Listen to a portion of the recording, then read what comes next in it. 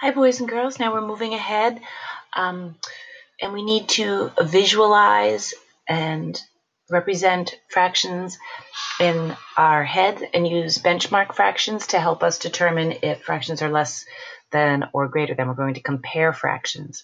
So we're going to begin with our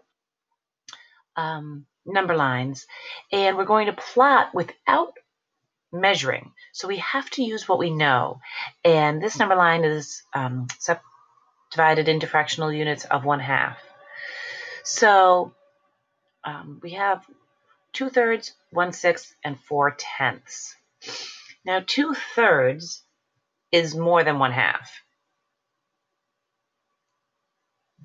So I know that it would go here. I know that 1/6 is much smaller. If I divided this into sixths, we would have much smaller units. So I know that 1/6 is closer to 0. And 4/10, I know 5/10 is 1/2, so I know that 4/10 is a little bit less than 1/2. So we're going to compare 2/3 and 1/2. 2/3 is more than 1/2 because 2/3 is closer to 1. 4/10 and 1/6, well, 4/10 is almost 1/2, and 1/6 is much smaller. So I know that 4/10 is larger. So you'll have to use this reasoning of what you know about fractions. Now again, we have 1/2 here. We have 5/12, which I know that 6/12 is 1/2. So I know that 5/12 is close to 1/2. 3/4, well, I know 3/4 is more than 1/2. It's closer to 1. And if I know that if we have a half of a half is a fourth.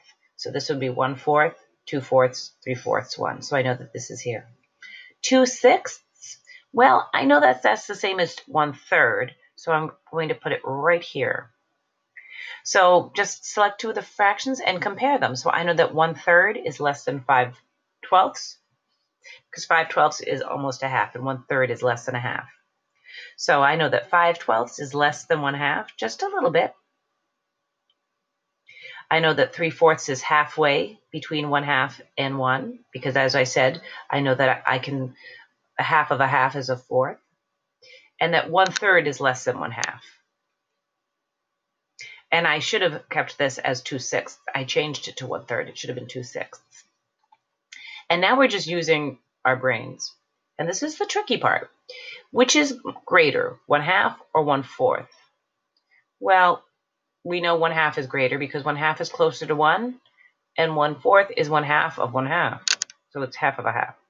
6/8 or 1/2? Well, 6/8 is almost 8/8. And I know that 4/8 is 1/2. So 6/8 is greater than a half. 3/4 or 3/5?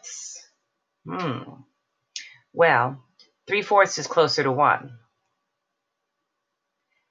And 3/5 is closer to 1/2.